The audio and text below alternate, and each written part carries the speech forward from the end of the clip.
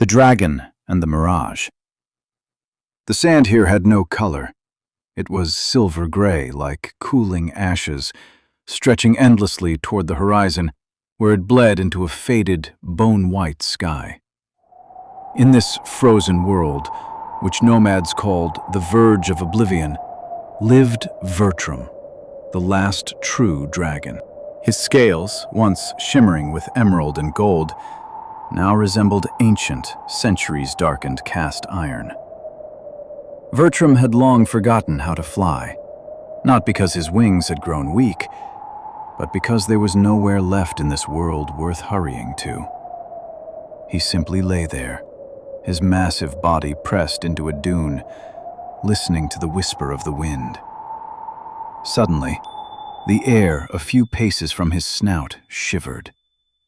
A faint hum, like the chime of a crystal bell, arose, and a silhouette wove itself out of the haze. It was a woman in flowing, translucent robes the color of pre-dawn mist. Her outlines flickered, sharpening and blurring as if sketched in watercolor on wet paper.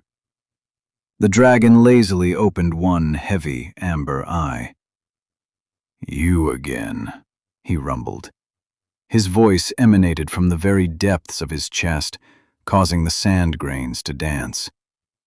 "Why do you disturb my peace, Mirage? You do not exist. You are but a trick of a weary mind." The woman smiled. Her smile was at once sorrowful and beautiful. She took a step forward, yet her feet left no trace upon the sand. "But can that which does not exist not be real, Vertram?" Her voice resonated directly in his thoughts, light and clear.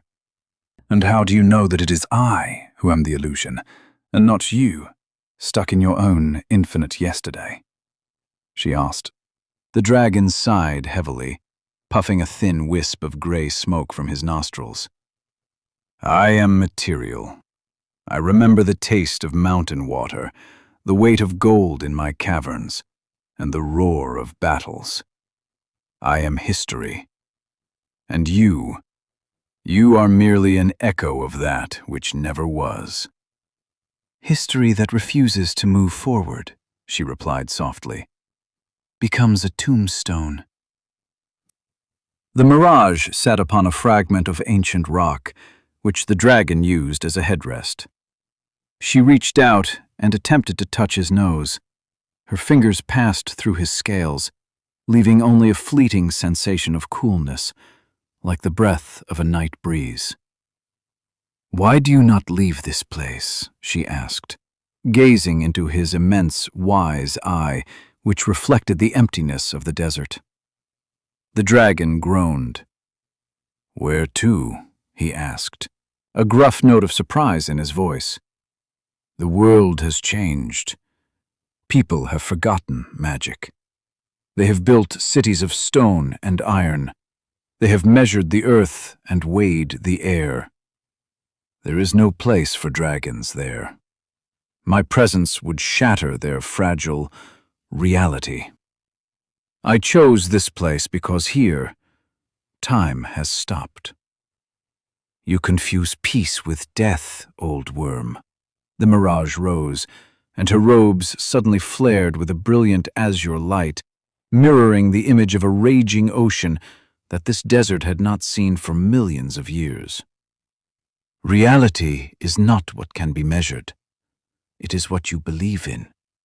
People ceased to see magic, not because it vanished, but because they locked their hearts away.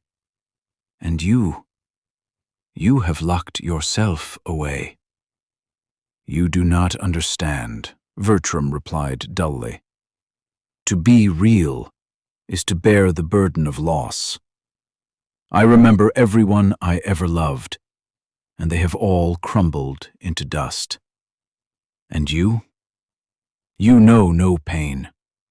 You are born from sunlight and vanish with the first stars. You are free because you are nothing." The Mirage fell silent. Her silhouette became entirely transparent for a moment, almost dissolving into the air, as if the dragon's words had wounded her. But then she regained her substance. "Yes, I leave no footprints on the sand," she whispered. "But I offer hope to the weary traveler. I show him an oasis, and for the sake of that oasis, he takes another 1,000 steps. And sometimes he finds real water. I am the spark that ignites the flame of action. And what do you ignite with your eternal slumber?" The Mirage's words fell into the dragon's soul like molten coals. Vertram's massive body stirred. Tons of age-old sand cascaded from his back with a soft rustle. He slowly rose to his paws, the joints of his body cracking like peals of thunder. He looked at his wings, colossal leather sails that had remained folded for so long. "If I fly," the dragon said, and for the first time in centuries, his voice held a trace of fear, "I may discover that there is truly nowhere to fly to, that the world has become hollow." "And if you do not fly," the Mirage replied, "you will never know that beyond this horizon there is someone who is still looking at the sky, hoping to see a miracle." She reached out to him, and in that instant, her form became impossibly vivid. She was no longer mist. She glowed with every color of the rainbow, embodying all unborn dreams, all unwritten poems, and all the unspoken love of this world. Vertram drew a deep breath. In his chest, where only a fading ember had smoldered, a true, furious flame ignited. He unfurled his wings, blotting out the dull, pale sky. "Will you fly with me?" he asked, looking at her. "I will be wherever your faith is," the Mirage smiled. The dragon pushed off with a powerful thrust. A sandstorm surged toward the heavens, obscuring the dunes. With a deafening roar that shattered the silence of the Verge of Oblivion, Vertram soared upward, slicing through the heavy air. When the dust settled, no one remained on the gray sand. Only high above, just past the clouds, a vast winged silhouette flew, and beside it, shimmering in the sunlight, glided a beautiful, elusive mirage, leading the way to a new world. Part 2. The Oasis of Lost Souls. They flew for a long time, so long that the gray sands of the Verge of Oblivion finally gave way to a living, golden desert. The Mirage flew ahead, woven from the rays of the setting sun, and Vertram followed her radiance with obedient grace. By the end of the third day, she dove sharply downward to where a true miracle lay spread among the endless dunes. It was a vast oasis. Emerald palms ringed a lake with water so pure that the stars reflected in it like a mirror. The air smelled of damp earth, lotus flowers, and peace. A real, living peace, not the silence of a graveyard. Vertram landed heavily on the edge of the oasis, kicking up a cloud of golden dust, and, with pure delight, lowered his massive snout into the cool water. The Mirage settled on the crown of a palm tree, laughing softly to herself. "Well, old man," her voice whispered in his thoughts, "here is water, and here is life. Will you stay?" "It's not bad here," the dragon grunted, blowing bubbles as he caught his breath. "At least the sand doesn't grit between my teeth." Weeks passed. The dragon settled in, learning to navigate the palm groves carefully so as not to crush them with his massive wings, and even began to take pleasure in the butterflies that would shamelessly land on his nose. But one day, the whisper of the wind shifted. The uninvited guest. Toward the end of a sweltering afternoon, A figure came stumbling over the dunes. It was a young man whose armor, clearly once expensive and polished to a shine, was now coated in dust and crisscrossed with deep gouges. His handsome, aristocratic face was gaunt. Shadows lay deep beneath his eyes, and at his side swung an empty scabbard. The sword itself he used as a staff, leaning heavily upon it with every step. The warrior followed the scent of water, his gaze fixed solely upon his own feet. Stumbling into the shade of the oasis, he collapsed to his knees before the lake and began to drink greedily, cupping the water with his hands. Vertram, lying in the thick ferns just 10 paces away, watched him with curiosity. The dragon decided to show a modicum of politeness and gave a slight cough. A small cloud of sparks erupted from his maw, accompanied by a low sound like a mountain collapsing. The warrior froze. Water dripped from his chin. He raised his head slowly, very slowly. Right before him, amidst the emerald leaves, rose the gargantuan head of an ancient reptile. A single amber eye, the size of a sturdy shield, examined the intruder with sharp intent. "Dragon," the warrior gasped, turning pale. His exhaustion vanished instantly, replaced by years of ingrained reflex. With a cry that was meant to be martial, but cracked into a squeak, he scrambled backward, tripped over his own spurs, tumbled head over heels, and sprang up, frantically yanking his sword from the sand. "Back, monster!" he shouted, leveling his trembling blade. "I am Sir Gawain, Knight of the Order of, well, a noble warrior. I fear no death." Vertram blinked slowly. Then he looked at the Mirage, who was swaying on a palm frond, holding her sides in silent, shimmering laughter. "Sir Gawain of the Order of, well," the dragon rumbled, not moving a muscle. "Tell me, noble warrior, do you always try to slay those who allow you to drink from their well?" Gawain stood frozen with his sword held high. His brain was frantically trying to reconcile the fact that a 100-foot-long, fire-breathing reptile sat before him, and that this reptile was speaking in the purest royal dialect with the distinct intonations of a world-weary professor. You can speak?" the knight asked foolishly, his weapon still raised. "No, you are having auditory hallucinations from dehydration," Vertram huffed. "Of course I can speak. And, quite frankly, your sword looks like it has been used to chop firewood for half a year. Are you planning to shave me with it, or tickle me to death?" Gawain looked at his notched blade, then at the dragon's thick scales, each plate as formidable as a fortress wall.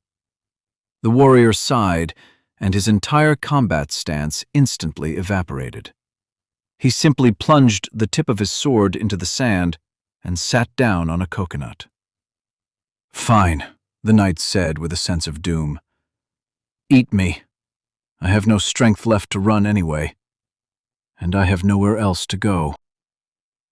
By evening, the heat had subsided. Vertram, to Gawain's great surprise, proved to be quite a hospitable host. The dragon carefully tapped a dry log with his claw, struck a spark, and built an ideal fire. The warrior, having recovered slightly after eating dates and drinking cool water, sat by the flames. Sleeping in the presence of a dragon was nerve-wracking, yet it offered a comforting warmth. The Mirage sat a little further off. Gawain could not see her clearly. To him, she appeared only as a strange, beautiful intertwining of moonlight and shadow. But her presence was strangely calming. "So, what brought you to my domain, lost knight?" Vertram asked, resting his chin on his paws. "I was seeking glory," Gawain chuckled bitterly, staring into the flames. My king sent me to find the Holy Grail, or something of the sort. To be honest, I think he just wanted to be rid of me because I asked too many questions. I followed my goal, lost my horse, lost my men, lost my map. And at some point I realized, I don't even know why I need this grail. I am just running because it is expected. A warrior must have a path. If there is no path, you are nobody. The dragon growled softly. It was a sound of approval. A familiar story, Vertram said. I too sat in the desert for a long time, thinking my time had passed and that I had nowhere to go. I believed that if the goal was lost, there was no reason to move. You both are so funny, a gentle voice suddenly echoed in the air. Gawain started and looked around, but saw only the swaying branches. You tie yourselves to things that do not exist. One mourns a past that cannot be reclaimed, the other, a future he invented for himself. But the oasis, it is here. The water is warm, the fire is hot. You are alive, right now. Is that not enough to start again? Gawain looked at the dragon, then up at the starry sky. Who is that speaking? He whispered. That is the Mirage, Vertram replied, a warm light reflected in his amber eye. My personal curse and my greatest blessing. She reminds me that even an illusion can point toward the right path. The knight fell silent, then suddenly smiled, for the first time in many months. His handsome face relaxed. You know, dragon, if someone had told me a week ago that I would be sitting in the middle of the desert, drinking water with a talking reptile, and listening to philosophical advice from the wind, I would have challenged that person to a duel. Oh, believe me, that is nothing, Vertram smirked. Tomorrow, I shall teach you how to fish in this lake using tail. But take note, if you point that kitchen knife at me again, I will blow your armor right off, along with your tan. Gawain laughed, sincerely and loudly. The dragon emitted a deep, guttural sound that mimicked laughter. That night, in the depths of the desert, in a secret oasis, the strangest friendship in the history of this world was born. The warrior who had lost his way found it by the campfire of a dragon, who at long last had agreed to live in the present.